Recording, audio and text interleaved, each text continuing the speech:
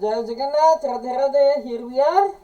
Thank you for coming. We are going to continue the discussion about the perception of God in the various cultures.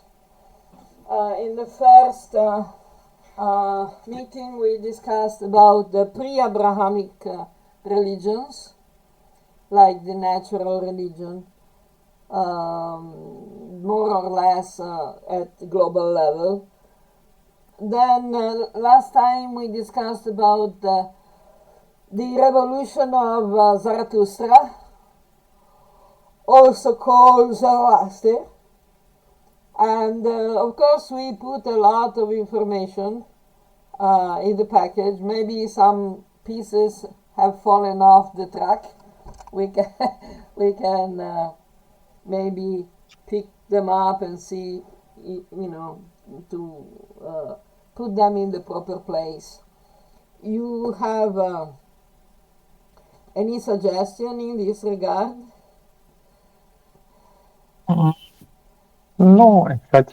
Maybe, I don't know if you want to give your impression on the information that we discussed in until now. Maybe what if you have what is your impression? What did you understand? What you think should be better explained or expanded? What is not clear? Mm, no, I think it's good only. Pretty Uh, clear. Okay. how we are discussing. Yeah. Yeah, the problem is that, as we were mentioning, the study of history in mainstream academic institutions is not is not very deep. Mm-hmm. Especially in India, it's difficult. You know, uh, it's difficult even to understand the history of India in Indian schools. What to speak about the history of the rest of the world, Mm. which is a problem. So, but basically,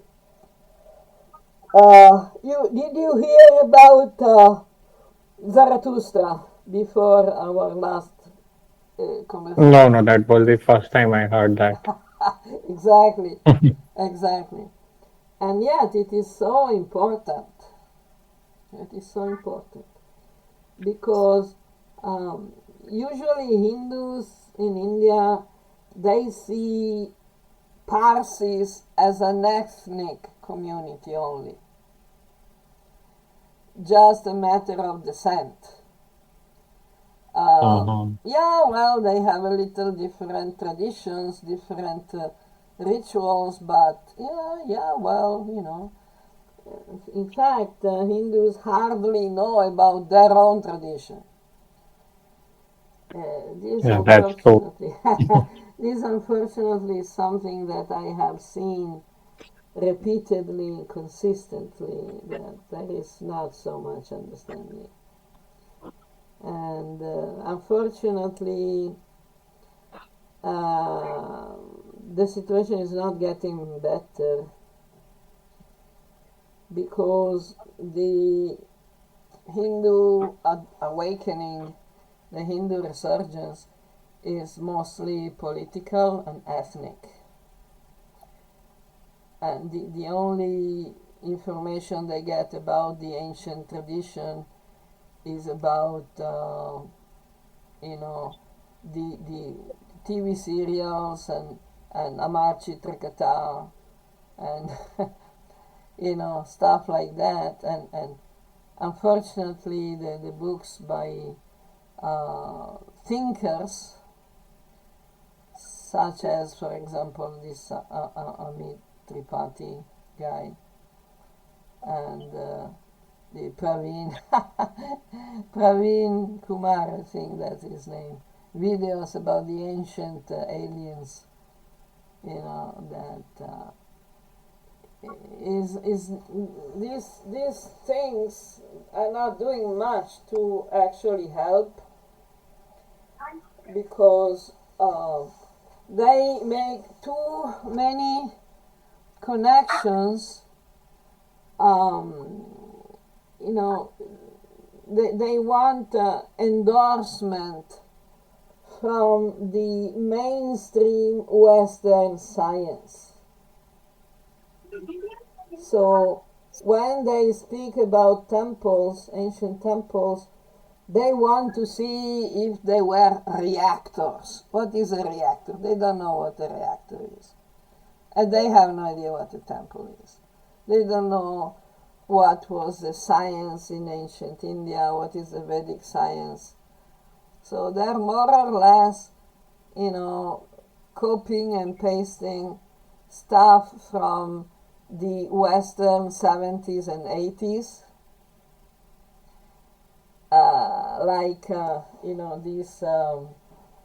These guys, there were a couple of guys, one Italian and one American, that wrote a book about nuclear war, atomic war 2,000 years ago in India, which is total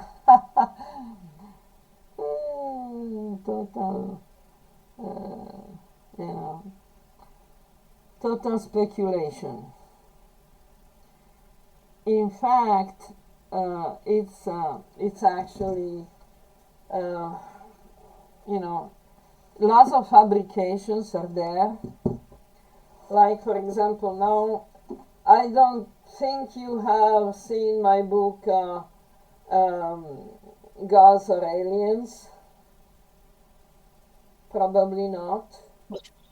No, not yet. Not yet, because I discussed this in that book, because lots of people are interested in this alien stuff, and they think that like Amit, I didn't read his book, but I think he was saying that Shiva Mahadev was a normal, ordinary living being that came to Earth with a spaceship. And, so, okay. Here I am, here.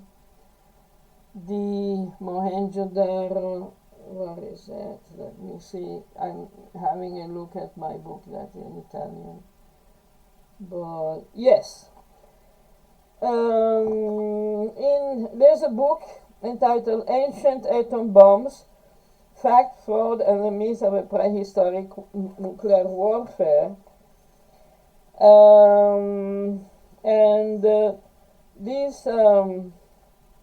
This guy, Jason Colavito,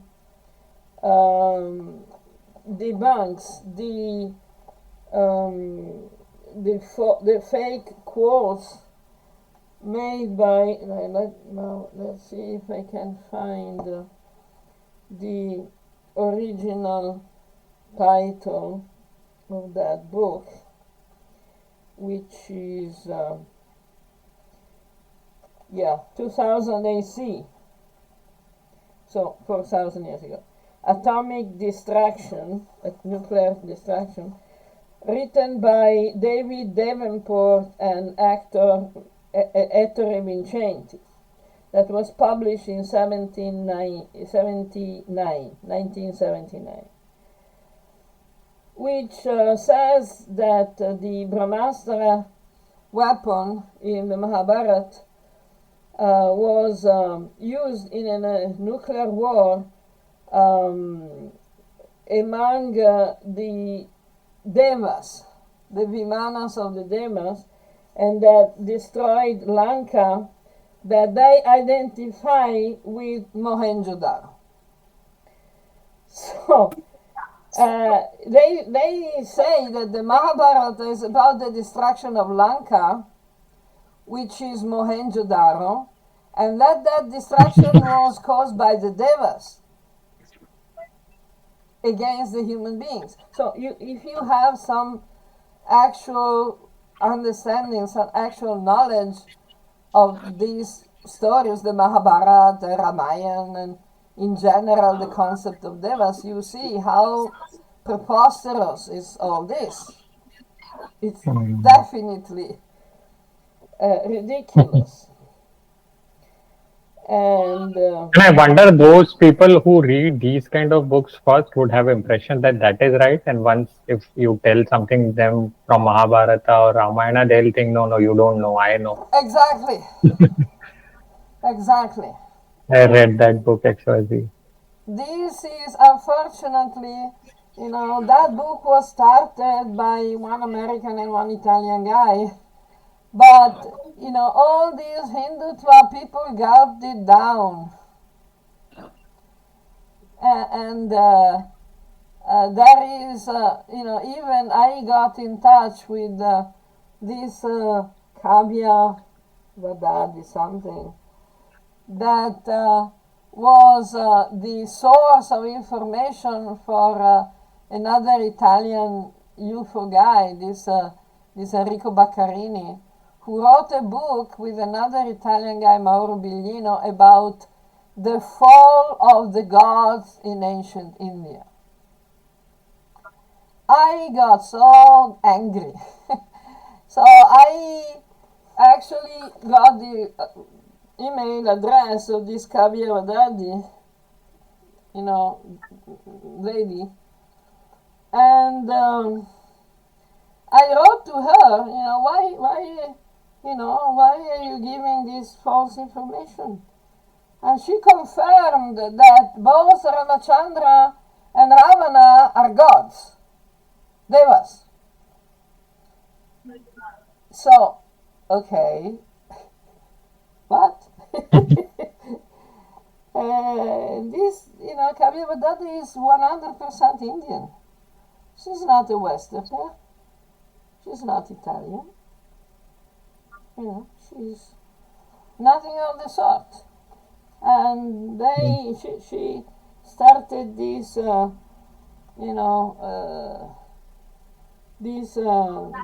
what to say, institute of research that I'm still getting emails from them, about the Vimanas,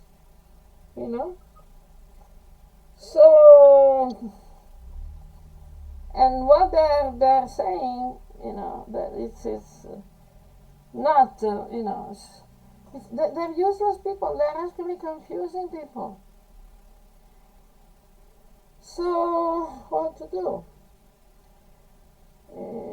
We have,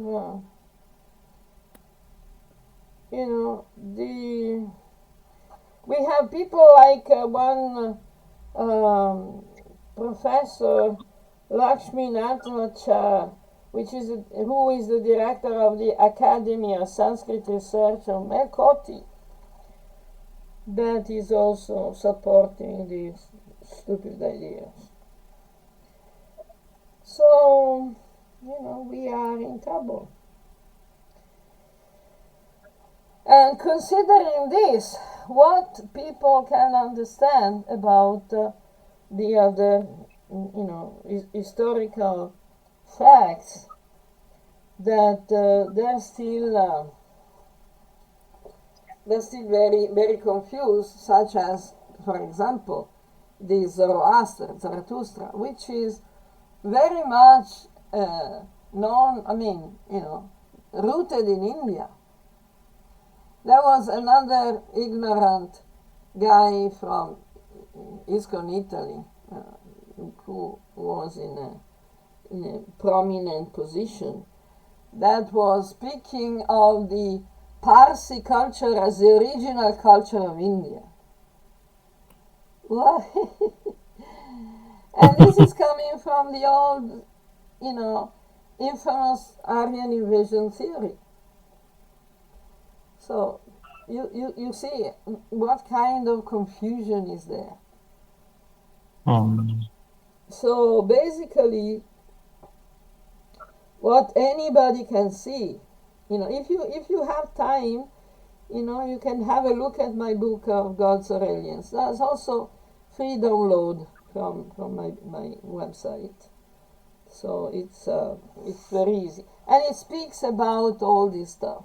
It gives all the references and the titles of the books and the quotes and everything. So we can understand better how important was the revolution of Zarathustra. And the revolution of Zarathustra is basically the revolution of the Asuras. Zarathustra started to present the Asuras as the good guys and the Devas as the devils, the demons. And everything else came, from that point. So it was, 180 degrees, upside down, turning point. And still we are affected by this big event. Of course, things, got even worse, and they're not going to stop getting worse. So it's important that we understand the difference between the actual Vedic knowledge, Vedic society, Vedic tradition, and the Asuric tradition, Abrahamic mostly tradition, which is unfortunately not happening yet at in a large scale. But going back to Zarathustra, you can understand that already many human beings in general had a tendency to worship asuras, because asuras, some races, some groups of asuras are more powerful than human beings, so they're easily, they easily appear as lordly, powerful, and like gods. They're not gods, but they present themselves as God in the sense that God is anything that is worshipped by someone.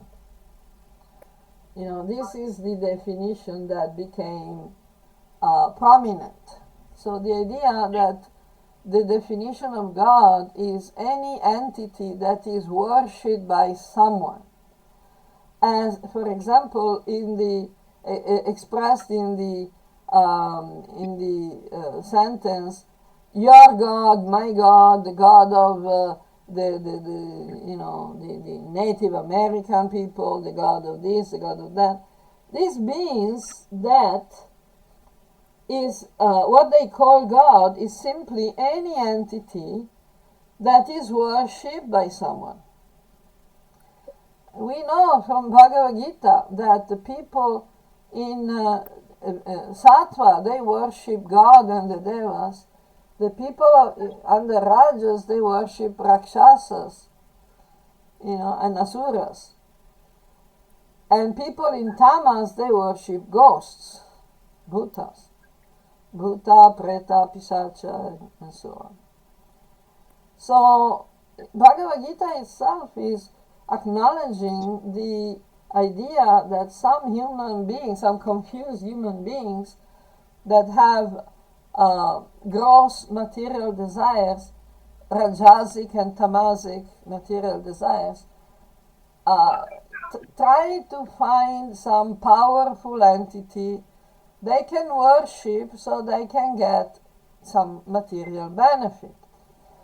So in the history of mankind, we see that lots of these entities became quite famous. For example, the Nagas. You know about the Nagas, I believe. You heard about Like the even Nagas? Naga sadhus I've heard. No, no, Naga sadhus are a totally different story.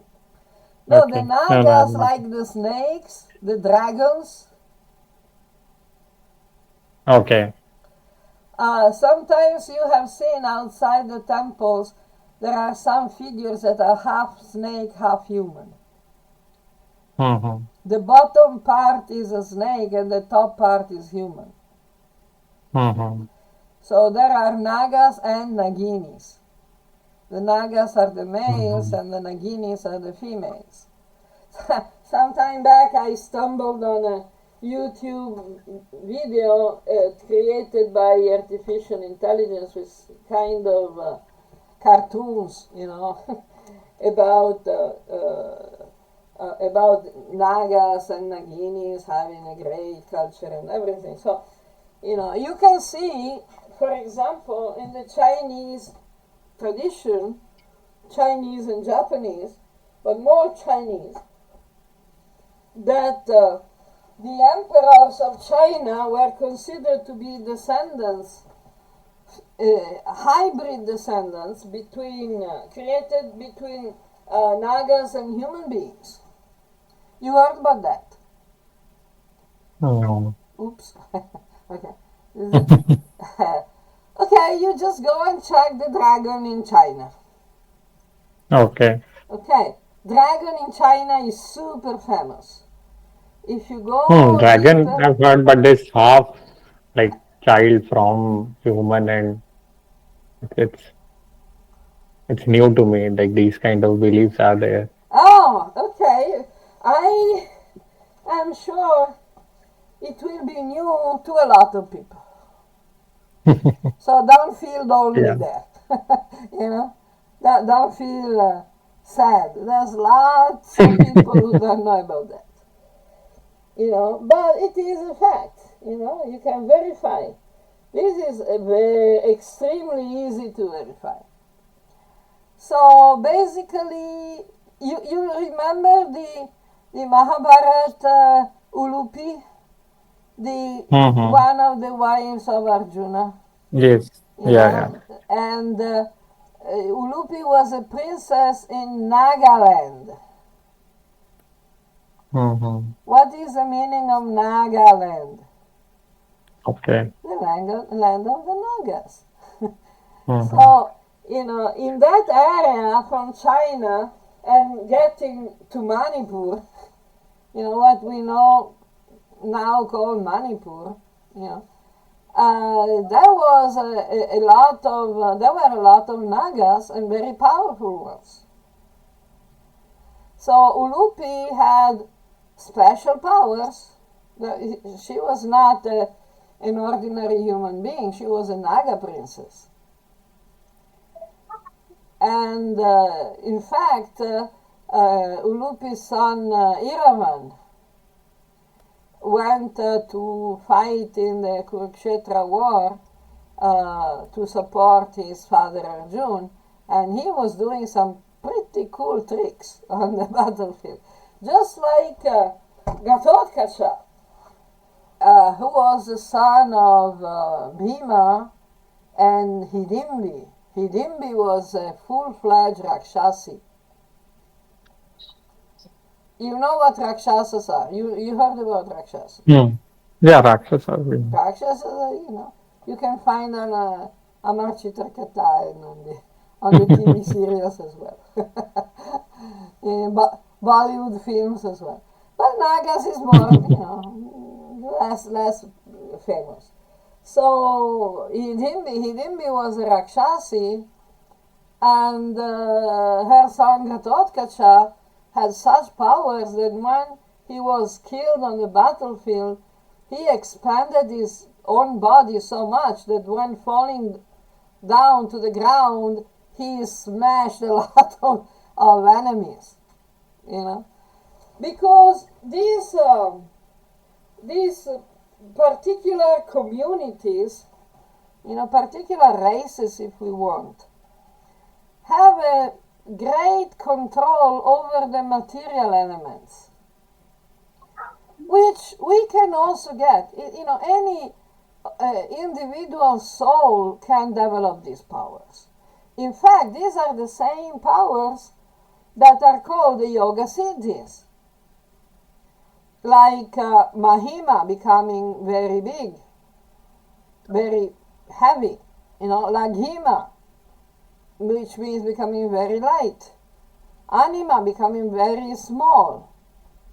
And, manipulating, materializing and dematerializing matter. So when we speak about alien DNA, if we refer to these categories of beings, it's stupid. Because DNA, they can manipulate DNA as they like. They don't have a specific DNA, because they can make whatever DNA they want. This is called shape-shifting. Means they can take any shape they want. In the yoga siddhis, there is a siddhi that allows you to not only materialize and dematerialize anything, like the Sai Baba's vibhuti, the tantric sadhaks vibhuti, whatever, but also to manifest a number of forms of themselves. So Krishna manifested 100 a day, supposedly, expansions of his own form to dance with the gopis in the Rasa Lila. But a yogi can manifest, I think, up to 8 or 10, not 108, but,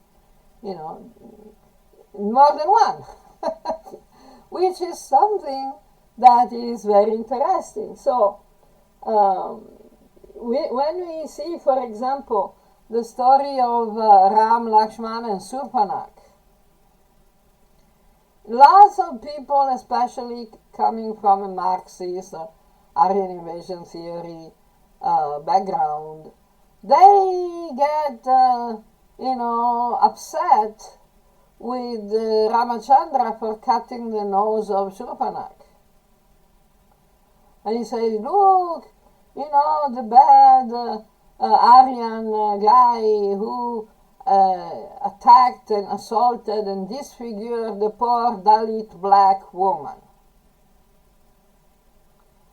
But the funny thing is that in the same Mahabharata we see that when Surpanak approaches Ram and Lakshman, she has changed her body to look like a beautiful girl. So how can you disfigure someone who can change their form? It's not permanent anyway. It's just a very impermanent action. As we see, for example, in the Krishna Lila, you remember Putana, who came to Gokula, came to Gokula to try to kill Krishna. Mm-hmm. She was a shape shifter. She could change her shape, her form, as she liked.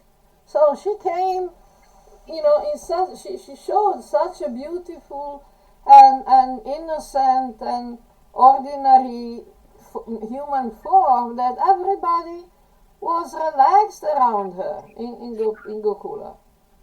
So, when she asked to hold baby Krishna and to nurse him, nobody said, oh, that big ugly demon is trying to catch Krishna. No, they said, oh, nice lady.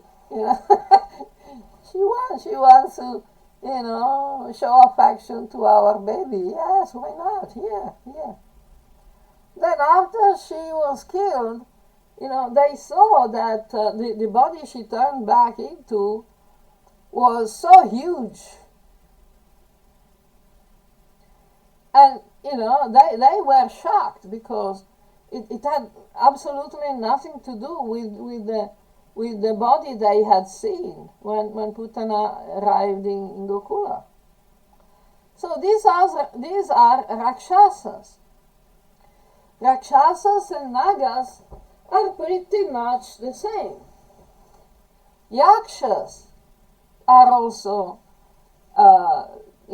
very expert in manipulating matter.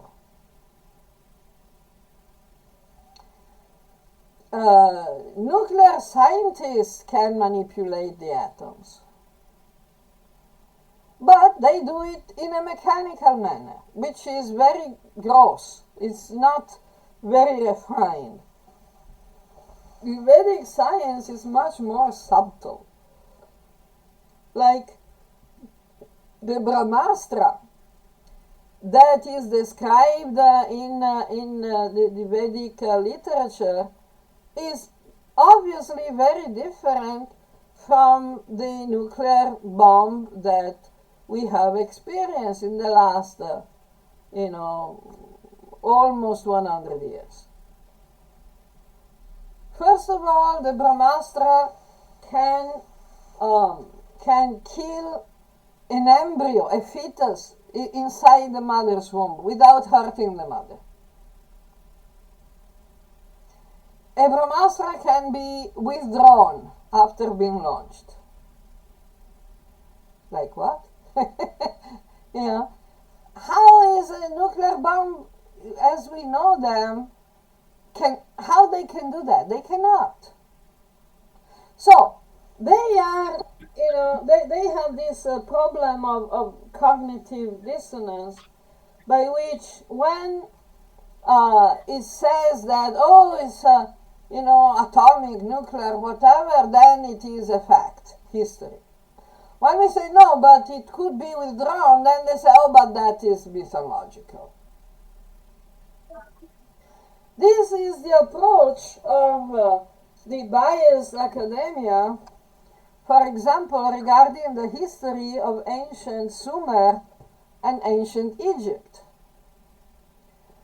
So, as we were mentioning in our first meeting on this subject, the greatest amount of information about ancient Mesopotamia and ancient Egypt comes from the writings of two specific men.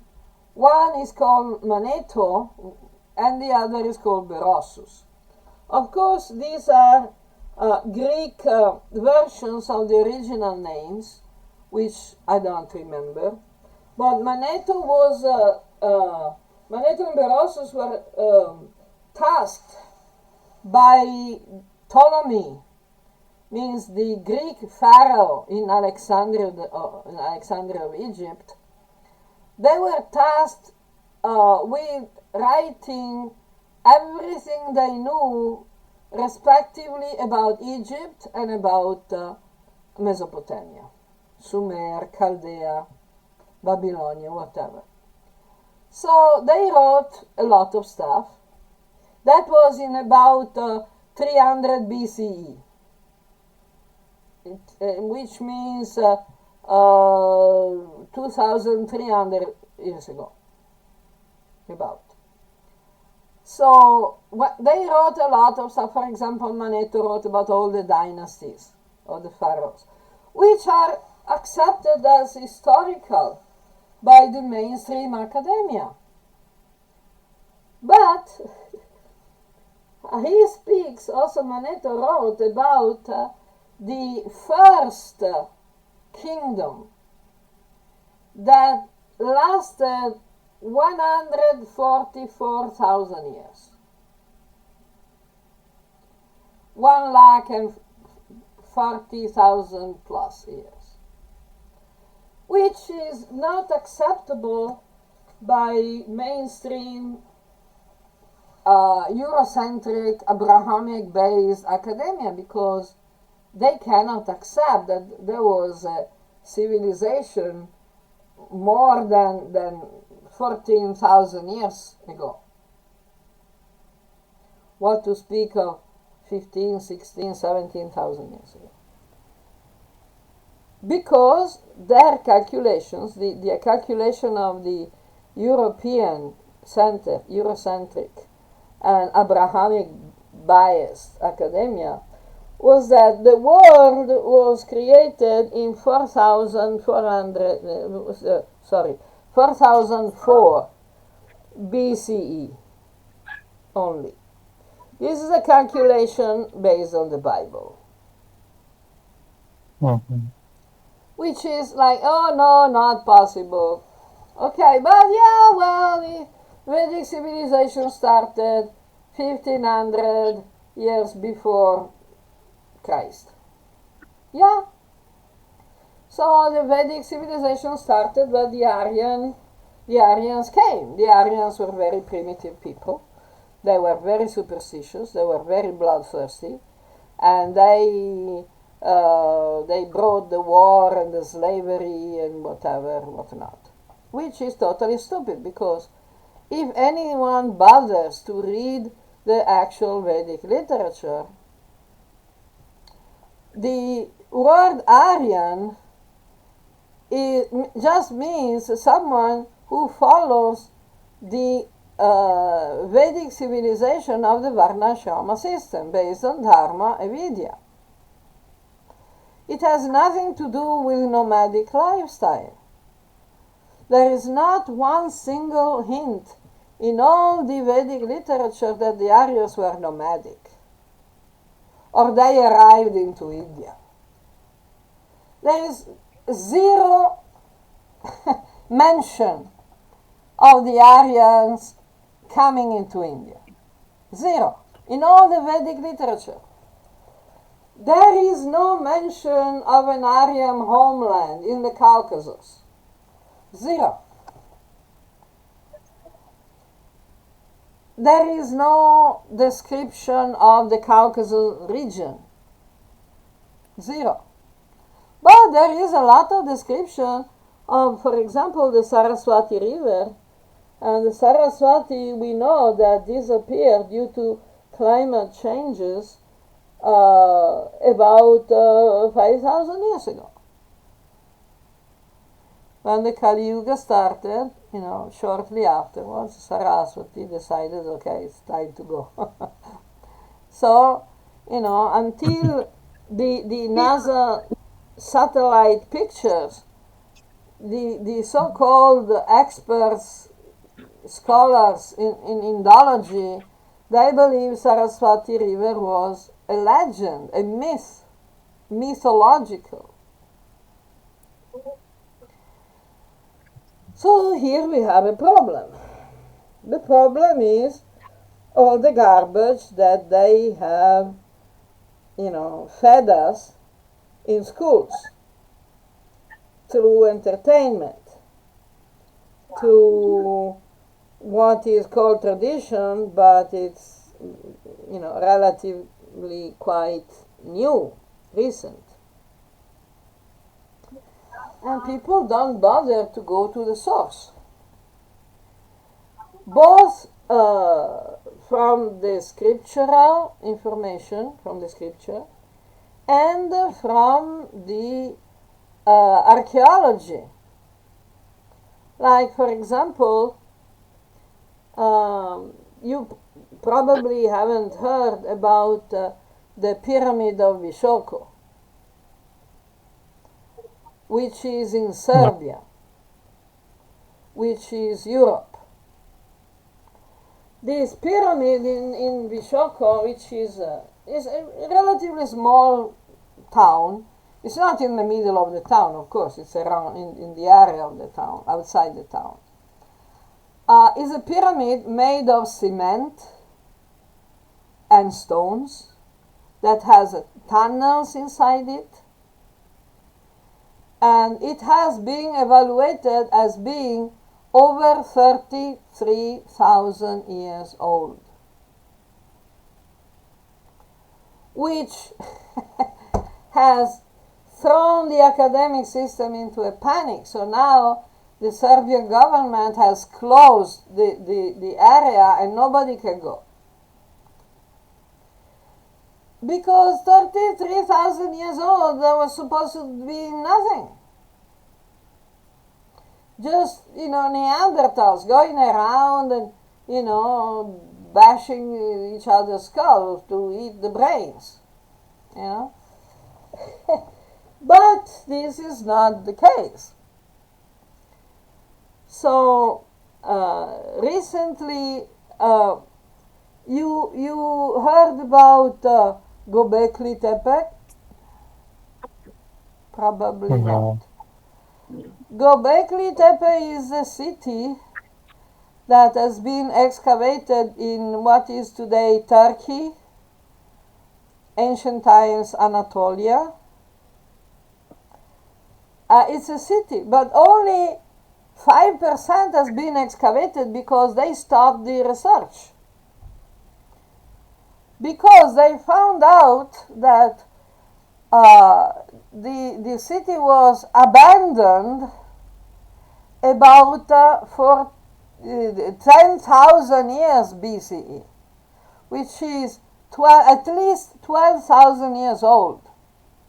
And this city was abandoned 12,000 years ago, and whatever was there shows that people already knew agriculture. Because they found, when excavating, they found the evidence of very big pots with which they were making festival and distributing food and everything, containing wheat.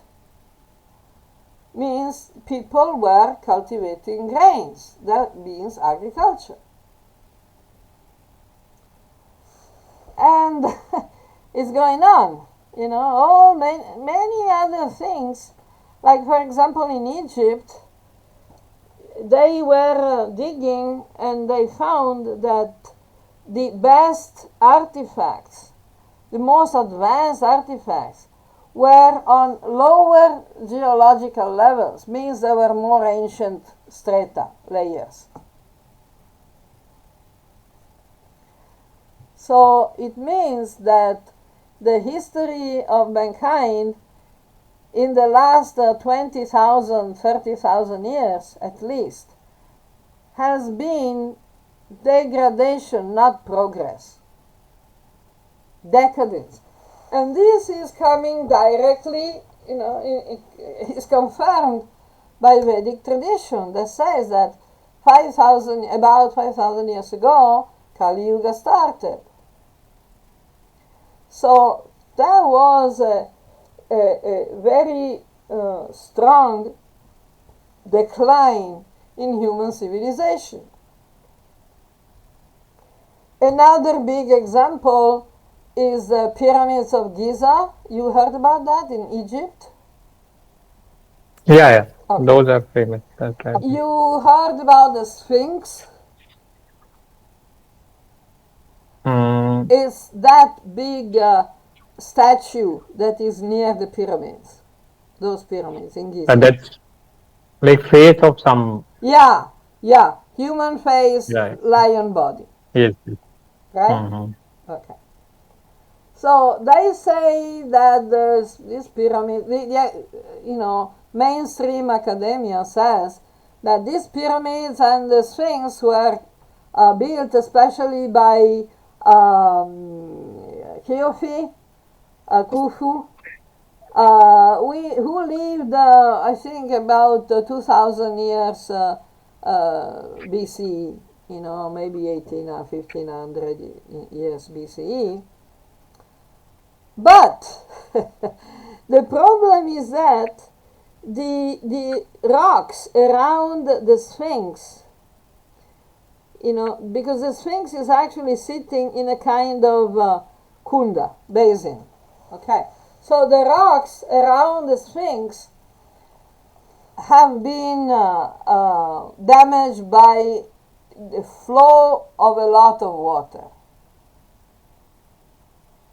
Lots of water, like waterfalls. They have called a geologist, geologist who is expert in rocks and stuff. Say, okay, let's see what does this rock tells you. And you will say, oh, this rock shows that there was so much water flowing strongly through these rocks that the rocks were eroded by this flow of water, just like you see in the rocks that are under the waterfall. And this is a problem, because the rocks that have been damaged by strong waterfalls cannot have been digged, sculpted, dug 2,000 years BCE, 4,000 years ago, because the Sahara Desert has not seen water of any kind for tens of thousands of years.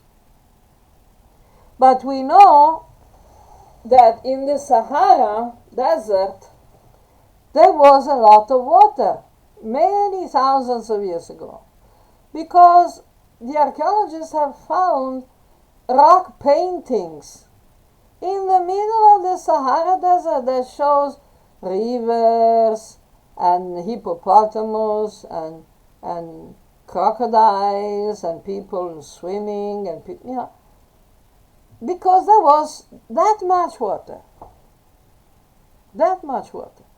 When? That's a trick.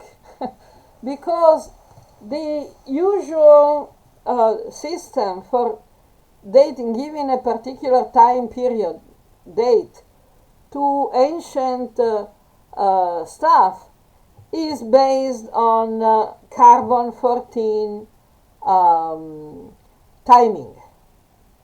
So carbon, is a material element, atomic element, and carbon has a very specific, very well-known time of atomic life. So from the beginning of the creation, the composition, the first modification of that object that contains carbon to the present date, the active carbon radiation has decreased regularly.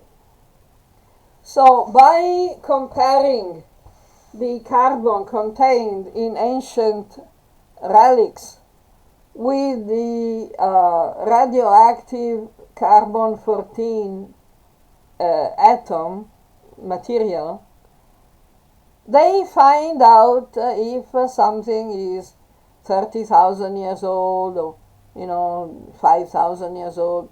But the point is that you cannot do this verification with things that do not contain carbon, because it's based on the time span, the lifespan of the atom, the carbon atom. So if there is no carbon to compare it with, you cannot say how old the stone is, for example. So the carbon-14 method is good, for example, with the human fossils, with the very old human bones like, Neanderthal or whatever, Cro-Magnon or whatever. But it's not good with pyramids. It's not good with rocks, because there is no carbon there. Yeah, are you following? Yes. Okay, good. So basically, they can calculate the carbon dating only of organic material. That includes the soil, because the soil usually contains some organic remains, like plant or animal remains, even if they're, dispersed at atomic level. You can still measure it. But rocks, they don't have carbon. They cannot be dated. So, whatever has been presented as scientific fact, especially by history, about history in the mainstream academia, is now, um, not so solid anymore. So you just put these two things together, the lack of general information in the general people, and the lack of information and wrong information disseminated by people who want to be considered authorities. And we get a big disaster, a big mess. So don't feel sad about things that you have not heard about, because that's totally normal. You need to do a lot of research, a lot of study to get a better picture, as in everything. You cannot get a better picture of Mahabharata without reading the Mahabharata. Yeah. Same way, we cannot get a better picture of anything without doing the proper sufficient studies. But again, I want to highlight the fact that the revolution of Zarathustra was especially important and should be actually studied because it changed the general presentation, the general idea about God.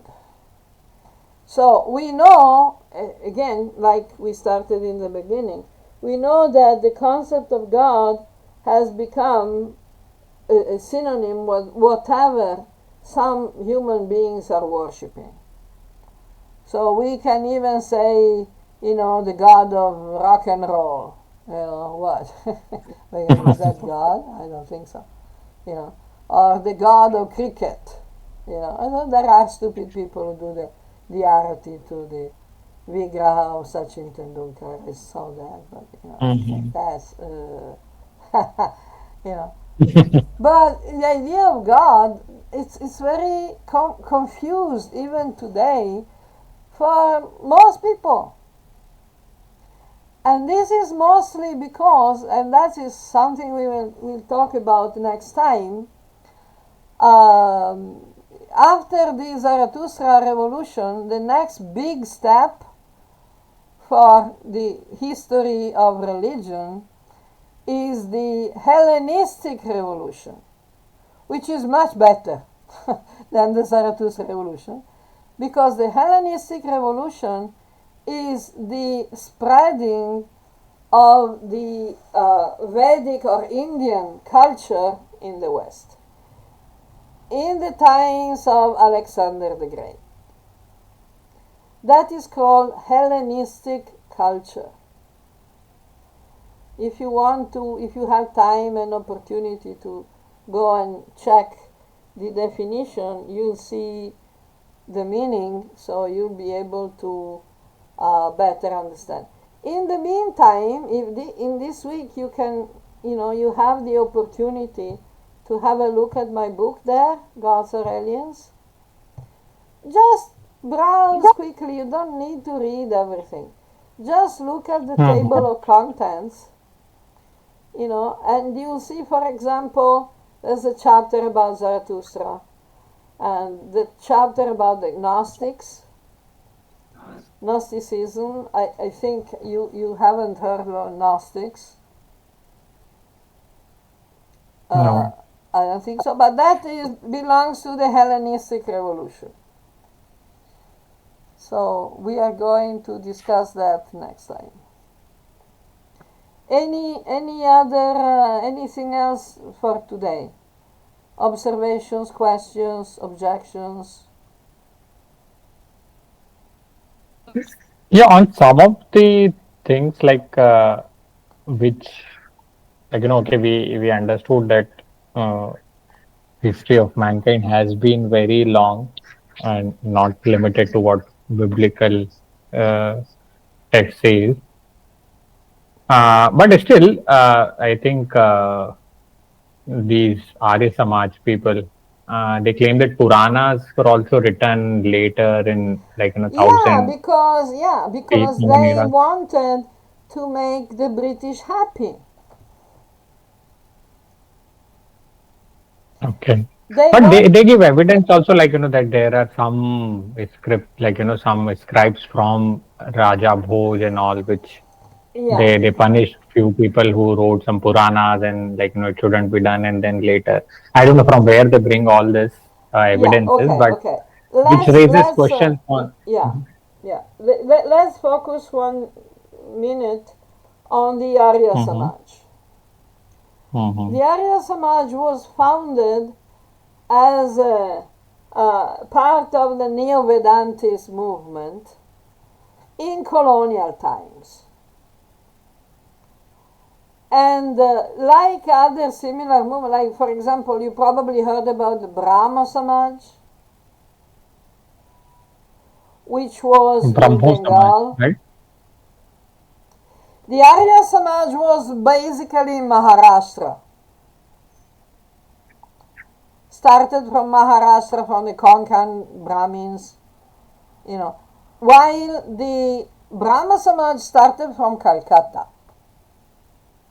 But Mhm. both of them started in colonial times. Also, in colonial times, we see the rise, for example, of the Gaudiamat, or the power of the Shankaracharya mat, the development of the physical yoga, the Vinyasa yoga, with Iyengar's guru, Krishna something, I don't remember, And at the same time, there were all these Vivekananda, Ramakrishna, Shivananda, Yogananda, all these people. Yogananda was going around with the crucifix on his neck. Okay. You know, Vivekananda was going around with, he said, "Oh, my 2 favorite books are the Bhagavad Gita," which is okay, and The Imitation of Christ. Oh, not so okay. And he openly declared that he wanted to wash the feet of Jesus with his own blood. Like, okay, looks like you have some problems there.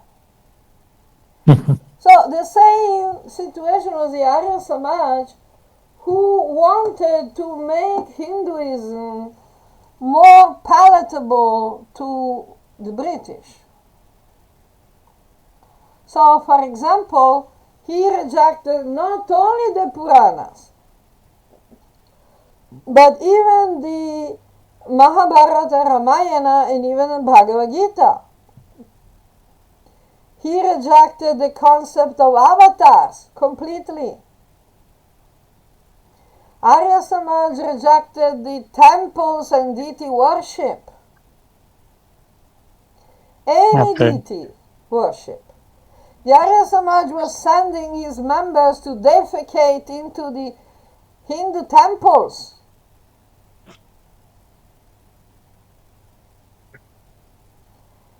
Why?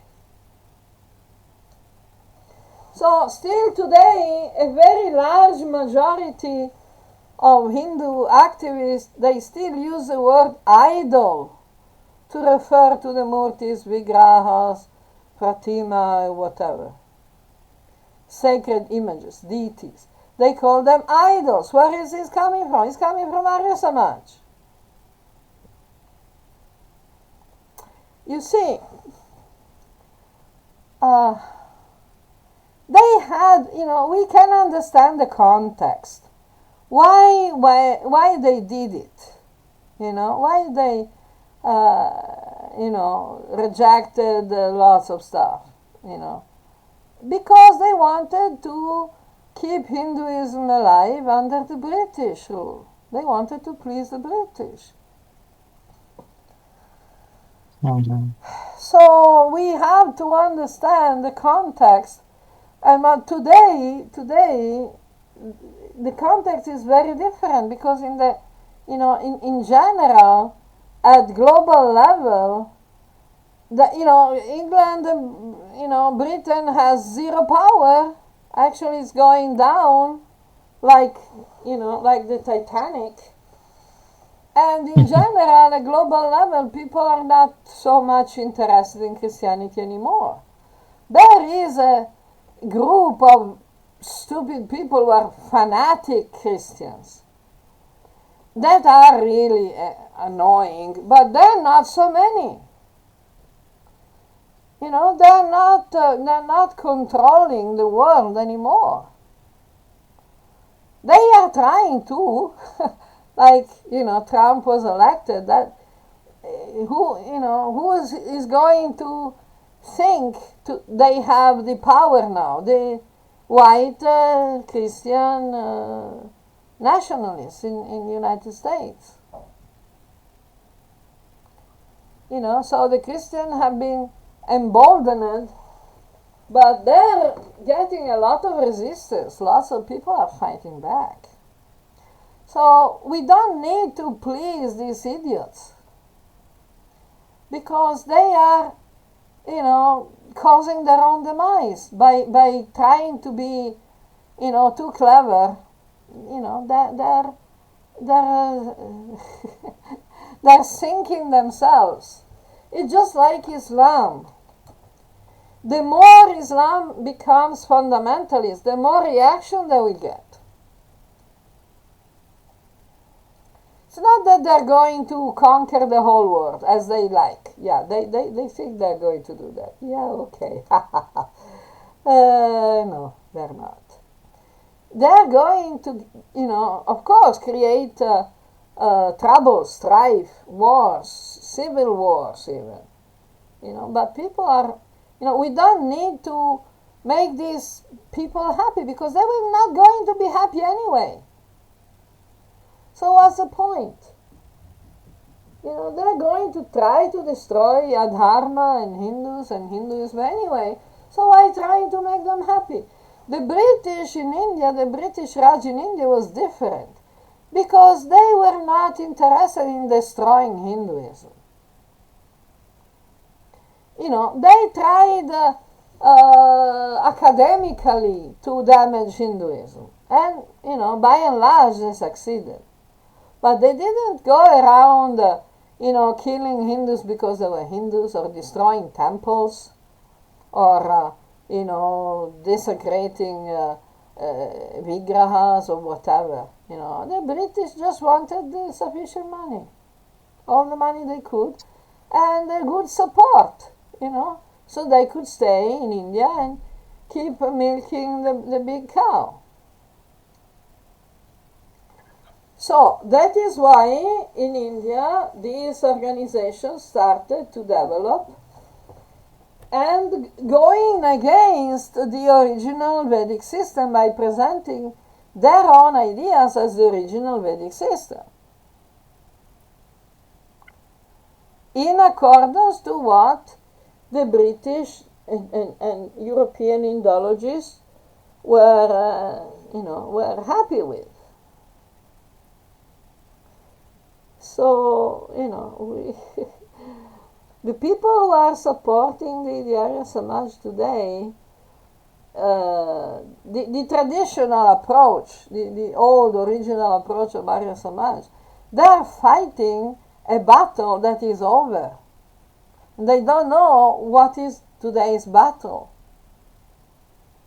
because they're still, stuck into the battle that is finished already. So the Puranas, of course, the copies of the Purana manuscripts that we have today of the Puranas are relatively recent. But the manuscripts were written on palm leaves.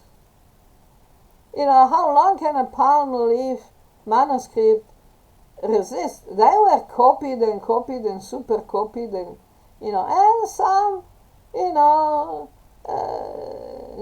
not so intelligent people, made the copies, by changing little something here and there, if they thought it was more convenient.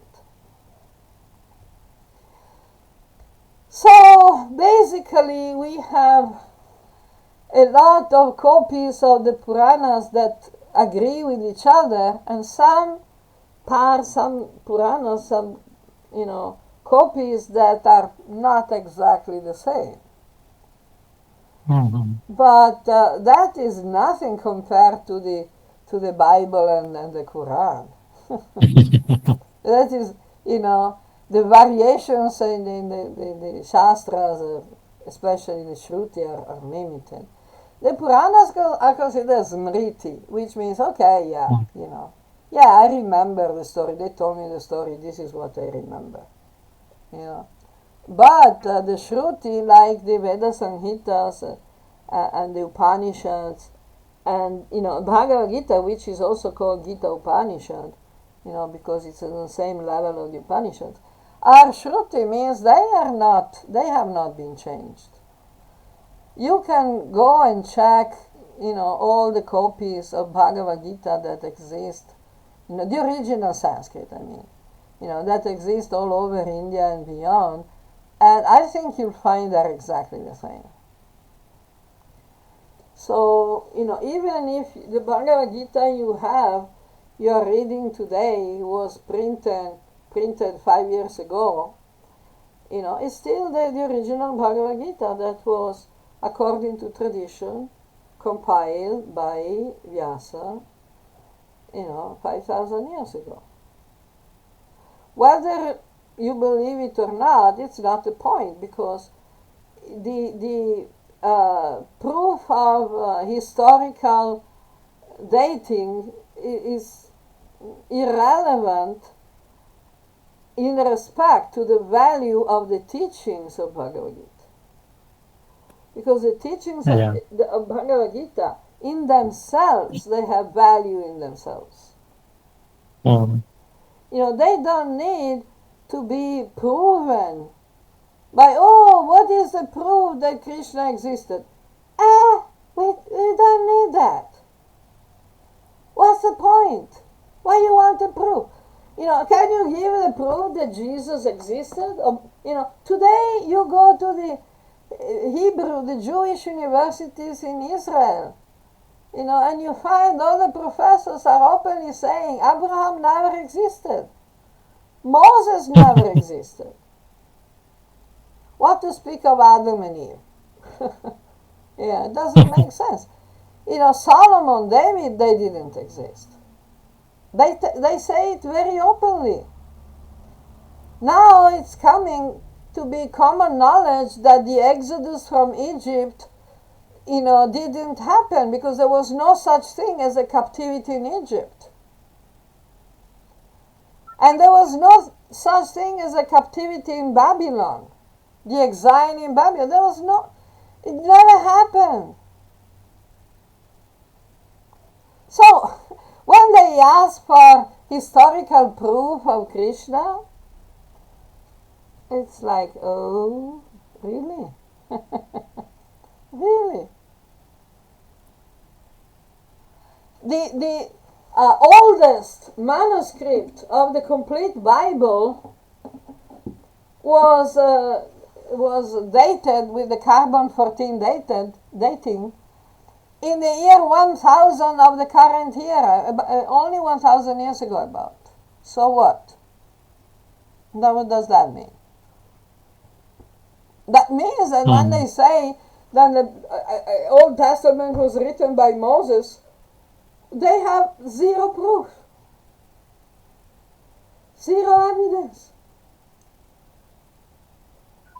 The evidence that that the Pentateuch was written by Moses, the Exodus and all these books of the Old Testament in the Bible was written by Moses, is one guy, one Maccabeus, whatever, coming out and say, hey, we found these old books. Really? That's the evidence. That's the historical. Of course, those old books are not there anymore. So the story, it's the story of a man who said that he found some old books. Wow, that's something you can take to the bank. Today you try to pull a trick like that in a court of law or in the bank, they're just going to laugh at you. So what is the historical proof? Anyway, I don't know. I think this answers your question. Yes, yes. Good. Okay, keep your other questions in your notebook because we'll meet again. Yeah. If God Sure. wants. Inshallah. Okay, just kidding. Okay. Thank you. Jai Thank Jagannath. you. Radhe Jai Radhe. Jagannath. Thanks for coming. Radhe.